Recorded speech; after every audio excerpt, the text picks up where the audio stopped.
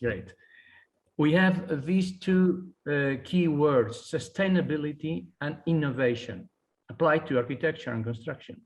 Actually, our first idea was talking about innovation, but soon, very soon, all over the discussions held with Francesca and her colleagues, it was clear that sustainability, think of Glasgow, for instance, today.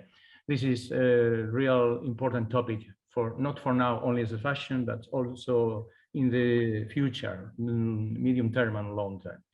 So that's me, already very clear about my person, everything, and I'll try to move on. Let's see if I manage. Yeah, very easy. So you see, DANOSA already mentioned, but I will highlight a point about all those products you can see there. Waterproofing, asphalt or modified bituminous, PVC, liquid waterproofing, acoustic and thermal insulation, and some complementary products like drainage and geotextiles and mortars. So all of that for the main the vision, our vision has to do, as Francesca mentioned, how to make buildings better to live in. So this is habitability. I think it's the same word in English. And actually the technical codes are dealing mainly with some safety aspects, for instance, the structure, fire, whatever, but also habitability, what makes the buildings proper for use. So this is the main idea behind all the activity by DANOSA. And so our index, or the topics we'll be dealing with, we start this typical three aspects. That is the why, the how, and the what. So we'll start with the why, linking DANOSA activity with this habitability and sustainability. But you see, habitability, we could say that buildings are designed in order to take care of us. So it's part of health, part of wellness, and part of all the issues that are now concerns. For instance, sustainability. This has more implications than the cliche sustains. And we are maybe thinking about environmental issues, but it's not only that. And actually, when you have a building in front of you, you are dealing with environmental issues, certainly, but also with social and economic issues. So sustainability considers those three aspects. And getting a focus on decarbonization and as the environmental main issue we have nowadays, we will talk about circular economy and energy efficiency. So this is the why. The how DANOSA does, well, we have manufacturing with the goal of a total circular economy in everything we do. This is not a goal to be reached immediately. So this is step by step, and there is a constant effort in order to get to that. And then there is a second important point, manufacturing products and designing systems for energy efficiency. And this is part of the contest we are proposing to the UPM. What DANOSA does, then we'll get into details, some details, because this is, let's say, a 40 minutes presentation, not more. I'll put some examples about roof, because even if we are now, everybody's talking, at least in Spain, about ethics. You see here the second point, ethics facade. Ethics, external thermal insulation composite system. Well, this everybody thinks about the facades, the vertical envelope, but we, of course, DANOSA has a great experience talking about roofs, and we'll put just two examples. So let's start. Why DANOSA does habitability, buildings that take care of us. I will start with a quite provoking and tricky question. Since when are buildings isolated? Because maybe we are thinking about something modern, products from the Industrial Revolution and so on. But actually, this is a tricky question, because it would be, let me check what is happening. It would be equal to question or to put this question. since when does it matter that buildings take care of us? So it's a goal for every architecture to make a proper proper spaces, adequate spaces for the use humans beings can do. And so it's funny when you find, for instance, this news on a very typical portal on energy efficiency. We have here the wonderful and marvelous Alhambra Palace in Granada, and they say, oh my God, it's a monument with a high energy efficiency. Yeah, of course, not only the Alhambra, but also all the district, which is in front of the Alhambra, which is a very old district, the Albaicin. And even this is the vernacular architecture, what we see here. Maybe the monuments are quite singular or very exceptional cases, but this is to be found in every popular vernacular architecture. So, since ever, buildings are isolated, are really considered as a place to feel fine, since ever. Not only that palace, but also when you consider the Roman Empire and the famous technical handbook by Vitruvius. So it's interesting to see that here we consider the architecture with the site, the climate. So adapting itself to the climate. That is, not against the site and the climate. For Romans, it was clear. They were talking about firmitas. This means stability. And I would like to highlight that the stability, at first sight, we would think about a structural safety. But for Romans, it was also how to reach proper durability. This is something that should last, a building should last a lot. So building durability, and this has to do with sustainability, something that will be, that sustains itself, doing its performance a long time. So utilitas, this is where we are, adequate conditions to facilitate use. And this includes thermal wellness and comfort. And then, well, not to talk here, this is a small presentation about Venustas, the beauty. It was also a topic for the Romans. I would just put some two small questions. How is the social cultural agreement on beauty in architecture generated nowadays? It was different in the Roman times, even up to the French Revolution. At least talking what happened in Europe and how the Occidental, the Western world spread it for all the 5 continents with this agreement on beauty. And then there is a second question. How can it not suppose any extra cost, the Venustas, because maybe it's an ugly building or a very beautiful building, the cost was the same. Think of the vernacular architecture.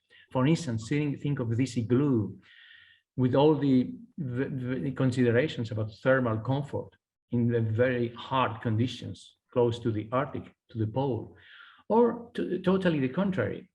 What about this type of palafit construction with the verandas and this kind of lightness in order to take every breeze into and to look also for this thermal comfort. So this is nice, this way to adapt to climate. And it depends on countries. I think there is some part of the audience hearing to us from Istanbul. Well, I've shown you a royal palace made by the, as we say here in Spain, the Moorish palace, the Alhambra. But of course, if you consider every kind of monument you can see in Istanbul, well, that's unbelievable for sure. And you can you can check also all these conditions for the well-being. So it hasn't been always like this. This is another very bloody question. So it is in red. You see this image? This has to do with the evolution for the buildings. Let's say that until the 20th century, there were very limited resources. And then when there is a strong need, you get your brain working and working, and you need really to compensate that lack of resources. And you can see here the very thick walls and the chimney in the best of cases, small windows. And then what happened in the 20th century? This is part of the Industrial Revolution that spread it all over the world. Well, there was, or maybe most of you will think there is still cheap and abundant fossil fuel. This is not, as I think we all know and can recognize, this is not as easy as it was in the past. Not such a availability, but even if there were availability for 10,000 years, there is an additional problem, isn't it? So this cheap and abundant fossil fuel, this led to a rampant machinism. And you see this kind of caricature with the building crowded with machines. Now we need to get out of that and to liberate the building from such an amount of machines. Machines means also a way for the dominant economicism in this world, which has the paradigm of maximizing profitability. And don't get fooled. Machines means a way to renovate how to maximize profitability. So it is really linked to technology, to machinism and technology. Buildings, we are here talking to an audience about buildings. This means the envelope, actually.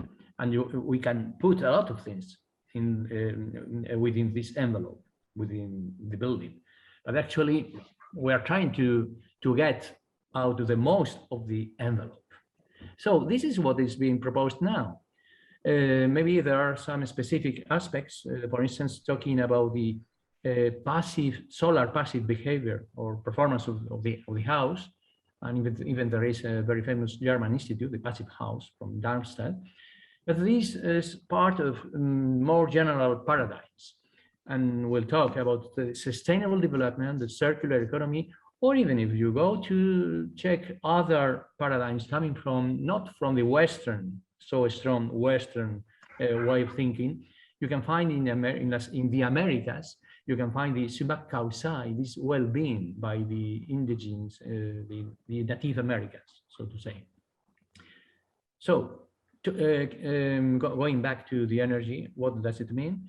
Well, it means that the cleanest energy, the more decarbonized, is the one that is not consumed. So machines used to compensate problems in buildings, no.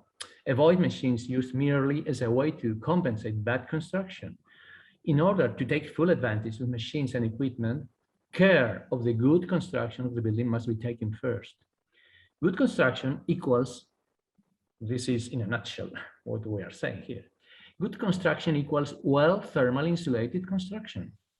This is our overcode, really.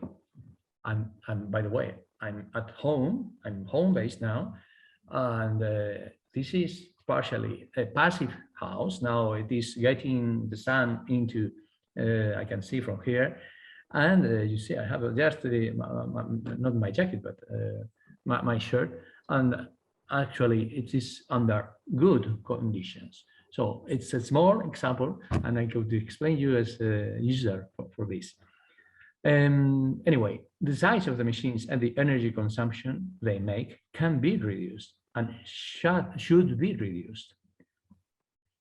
Sustainability.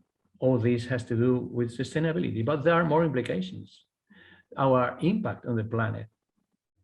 You will see the history behind. We have a process of carbonization. This is funny it's easy to find in the web, in the internet, by this American Institute. And you see what happened starting in UK, the Industrial Revolution, how at the beginning of the 20th century, it was already producing a lot of carbon dioxide, and starting the 21st century, we know where we are. But how do we know this? How do we know this is affecting the planet? Well, everything started here. This is, let's say general culture, but there are some individuals that we should remember in our head. This is a volcano. This is the Mauna Loa at Hawaii. In the year where there was the international year devoted to geophysical issues. This was the 57, 58, last century. There was this small lab close to Mauna Loa. And this guy, Charles David Keeling, he started measuring year after year the concentration of carbon dioxide in the atmosphere. This is where the Keeling curve comes from. And actually, from a scientist like him, we have the social, the civil society, all of us.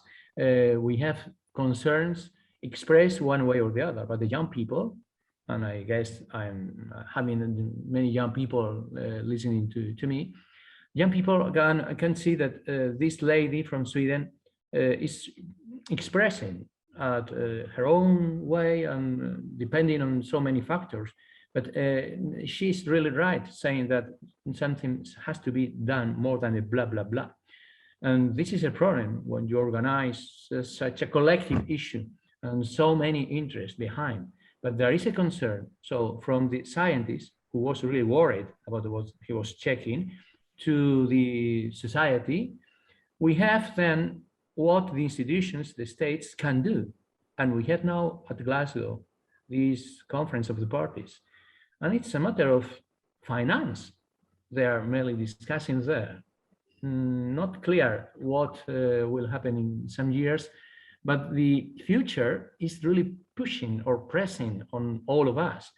The history of CO2, you can see a summary. This is the source, the climate action tracker, but this is not the important issue. The important issue is what will happen in the future. And you see the historic measurements about gigatons of CO2 being emitted every year to the atmosphere. Well, if we think it is too much to emit per year 40 gigatons, well, you see the scale here where we could reach. Apparently, following the Paris Agreement from 2015, we are getting a figure close, something between 40 or 60 gigatons. And this would mean at the end of the century, an increase in temperature around 3 degrees. That's an average. 3 degrees is not 1.5 or 2, it is 3. And this involves, or this is the scientific hypothesis, this involves too many changes and something that is unpredictable in a certain sense. Then there is the precautionary principle we should follow. We are not sure what will happen, then let's try to really move very carefully. It's not the case. It's not the case so far. So we should flatten the curve as it has happened with the pandemic. But following business as usual, it's out of place at whatever price, you know. So this is the context for the CO2 issue, the decarbonization, the environmental aspects. But as I said before, sustainability has more implications than the cliche sustains. Sustainable, since I'm talking in English, I checked not the Real Diccionario de la Real Academia de la Lengua, but actually, for instance, the Merriam-Webster. Interesting to see what is the definition for sustainable. Able to be used without being completely used up or destroyed, involving methods that do not completely use up or destroy natural resources. And the third one, last but not least, able to last or continue for a long time. This is a basic sense for sustainable, and I'm really interested in that. Just a small example, the useful life for a building. Which is the useful life? If we see the Alhambra Palace or the buildings in Istanbul or every vernacular architecture, or even, well, this building, the house where I am, it's reaching now 30 years, about to reach 30 years old. Well, I don't see why there is this economic consideration about useful life for a building 50 years, 50. It's not really a very big duration for the meaning of sustainable. Durability is closely behind that. This is what I would like to highlight. But then there is not only this, environmental issues. which is linked to decarbonization, but also the social and the economic sustainability, the three aspects the United Nations consider for sustainability. So we have this color code: green for decarbonization, red for social, and blue for economic. And we could start talking about so many topics. You see some of them here. I will not comment. But from those, there would be the livable, viable, equitable, and sustainable life for all of us. Now, getting more into details, because this is, I don't know if you know, but all companies and all public administrations, everybody is now following these the sustainable development objectives or goals. And there is this agenda for 2030 for sustainable development. So I can put DANOSA as an example, because we are now trying to comply and to align to all these 17 sustainable development goals. So it's really a work to be done in the future. You see all those objectives, all those goals in DANOSA as an example. Well, you see from those objectives or goals, we could really put the name environmental or the title environmental for some of them, but others are really from the social aspects and others from the economic aspects. In DANOSA, we are already considering where we can have an impact, a positive impact, because you see the title, all this has to do with how to live with the planet, avoid negative impacts, but really to proceed with the planet in a smooth way, let's say in a gentle way. So every company, and DANOSA is an example, we are now trying to see where we can impact more and less. And we are choosing the main aspects for us to work. And this has made us to write a kind of sustainable or sustainability politics. And we found that energy efficiency for what we do, thermal isolation, for instance, and circular economy, because we are using materials, for instance, plastics, that can be recycled. So this is the main focus for us in order to meet those sustainable development goals that are sponsored by United Nations and for all the states, actually. So this is the why. It's a kind of context for all companies. How DANOSA does? Well, let's start with circular economy. We are really focusing on circular economy and energy efficiency. First of all, I would like, maybe this is too long, but you see the three circles with the green, red, and blue. This is a conceptual map. I would say, just to put some concepts to share with you. I mentioned before, this is a precautionary principle. Economy, the word, comes from household management. This is the classic Greek, oikos, the house, and the particle for the management is nomos. So this precautionary principle should lead us to a change in the productive and economic paradigm. Let's see the goals. And you see here this hole in these goals, or this kind of backyard door. You'll see why I put this. Well, what is happening now? We have an endless productivity growth. This kind of growth is not really the best growth. We need to think of growth in a different way. Business as usual means plus and plus, more and more energy, materials, but also combustion.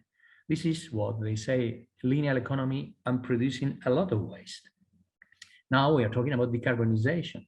So this means less and less energy, materials and combustion that would finally lead to zero greenhouse gases emissions.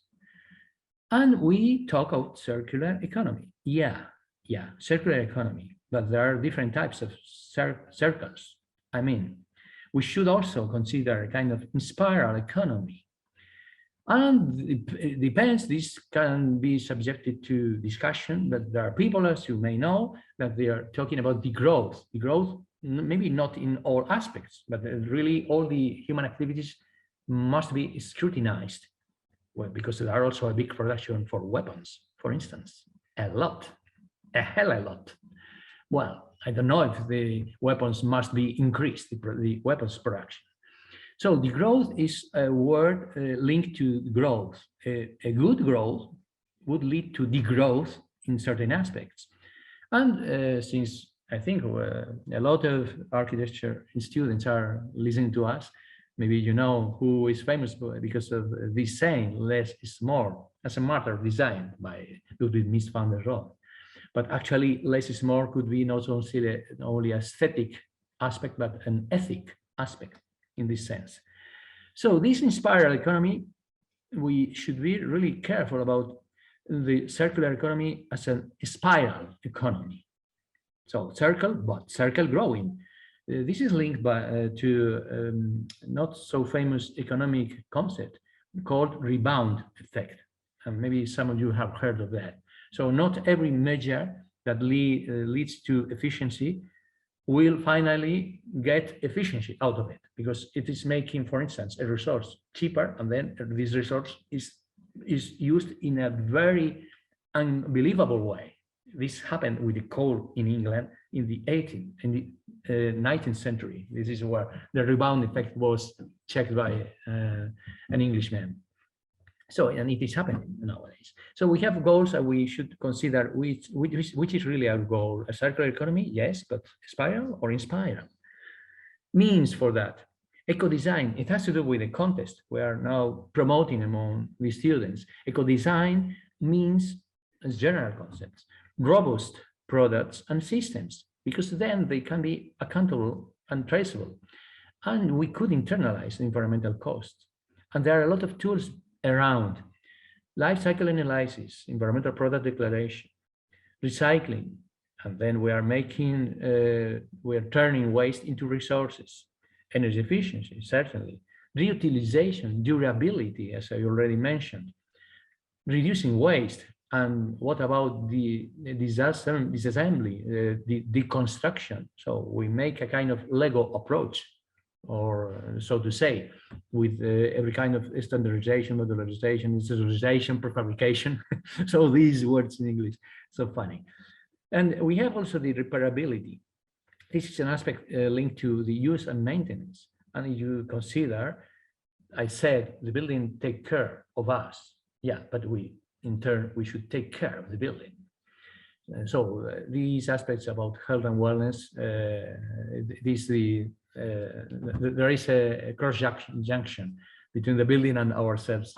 The building health, or a building which is ill, actually makes us to become ill. But the building itself is a collection of materials and products.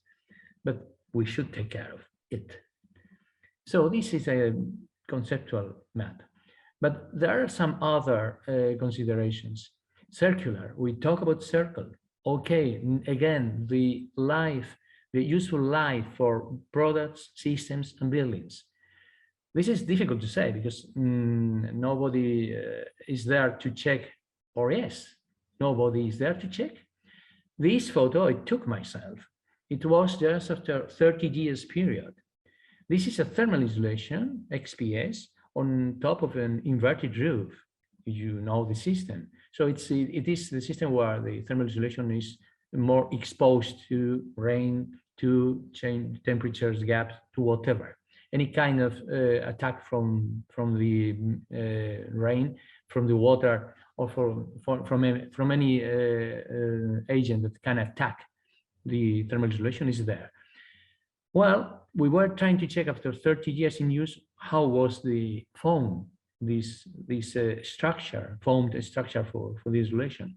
And it was funny because you see when you were cutting the board, the cross section, this kind, it sounds to me quite a demagogic approach as I'm showing this photo, because you know, one photo, one image equals 1,000 words. Well, but it's true, I can assure you. And of course, there is a report by the organization which in Spain is let's say, it centralized the scientific knowledge, this Consejo Superior de Investigaciones Científicas. So it's a kind of public center for science in Spain. And there were measurements about water pickup, water absorption, lambda, thermal conductivity performance, and so on. It is an example of how much it is important to consider the largest possible temporal radius. And now more figures about circular economy. This comes from this Construction 2050 paper. Well, let's highlight the construction and its related sectors are responsible for 50% of the materials extracted in the European Union. And talking about demolition waste, this means 25–30% of the waste generated. But there are two other points. The current market for recycled materials and reused products is weak due to uncertainty about quality. Of course, nobody's talking about that, but you need to be very careful when you introduce recycling in order to maintain the performance levels that are expected for your products. We know in DANOSA, we care of that. And there is also the price difference between primary and secondary raw materials. This is, well, the market tool, which is sometimes behaving in strange manners. Anyway, the general goal is putting the circular economy at the center of construction. This will drive market acceptance of recycled materials and reused products. You see this kind of vocabulary, which is getting more and more common. Circular economy, the design of the life cycle of buildings, deconstruction, reuse, recyclability. It's clear. Another example in the European Union, this level considering the footprint, the carbon footprint, but also considering the carbon embedded in products, not only in the use phase.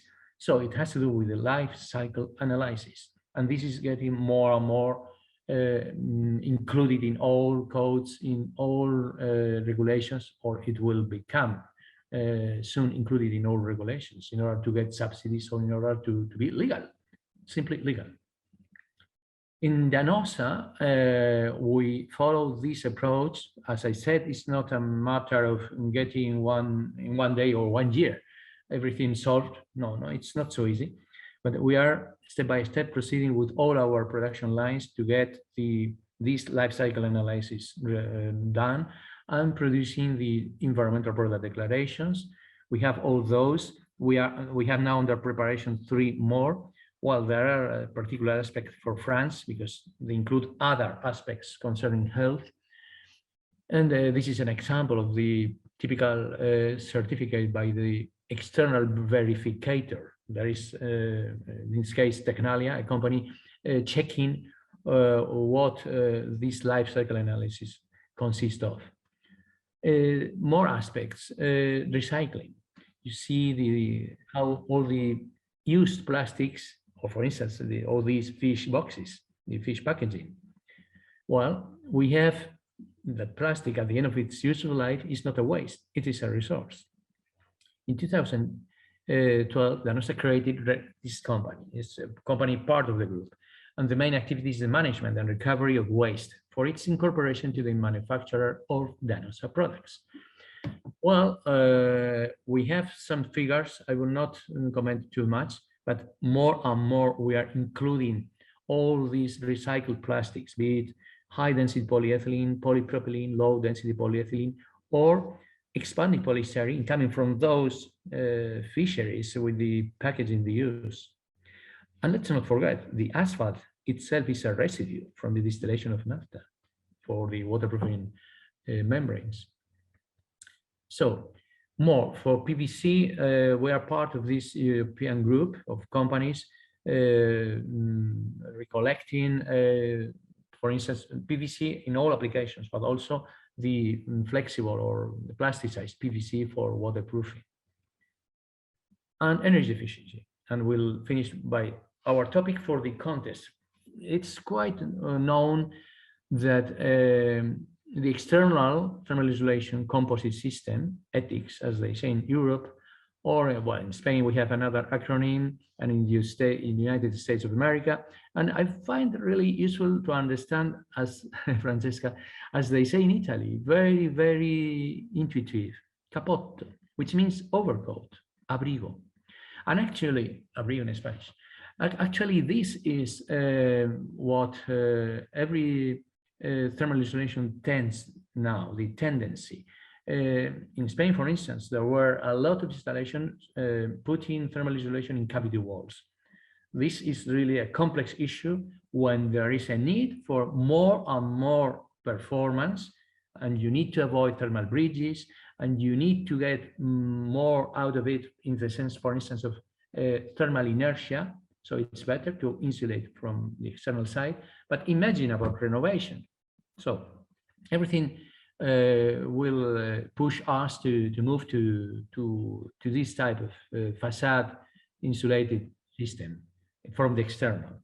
And there is the system approach, which actually for getting the certificates or the what they say, the European technical agreements or assessment, it's useful to get from one supplier, as this is the case from DANOSA, to get the mortars, the finishings, the thermal insulation, everything involved in this.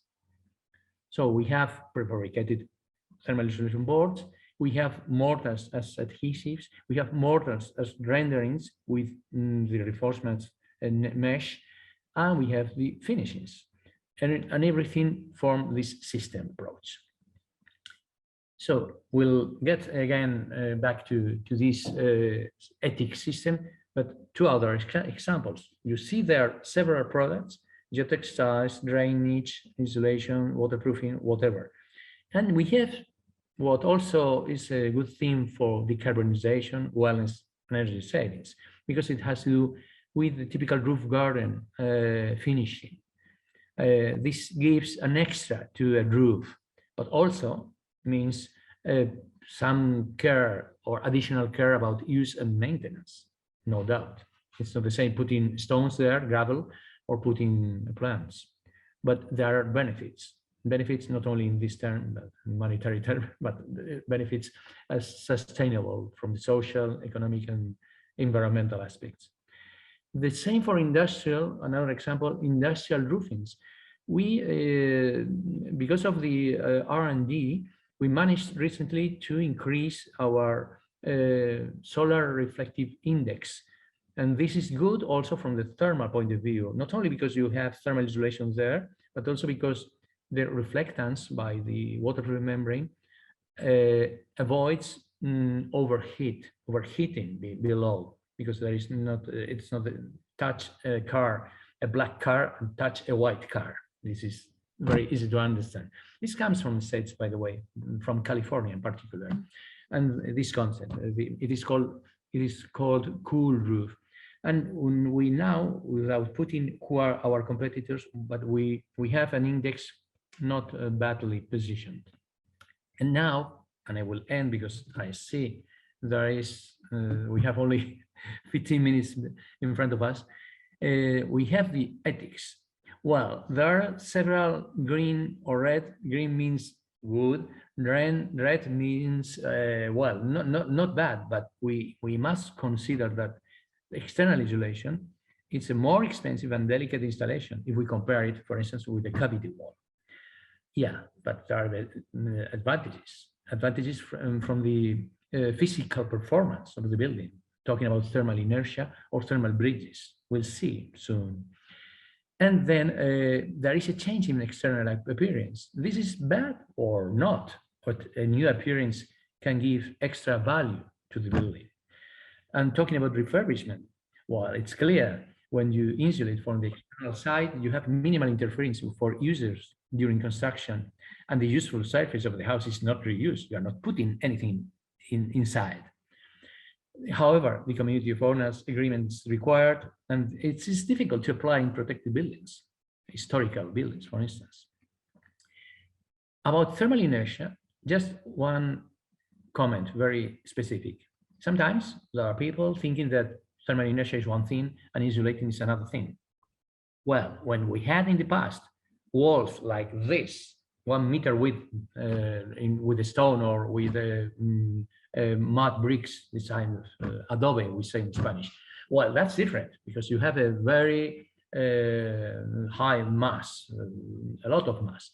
a cathedral, a kind of cathedral effect, we could say. But with the industrial conditions, when we are building nowadays, we have really very thin elements, and there is not a big mass in order to stabilize the temperatures and the conditions. So thermal insulation makes the decrement factor and the time shift. I was explaining the two main dynamic parameters, and I was trying to show that with this calculation tool, it's easy to understand that insulating means also a better dynamic parameters, which means actually better thermal inertia when you insulate your facade.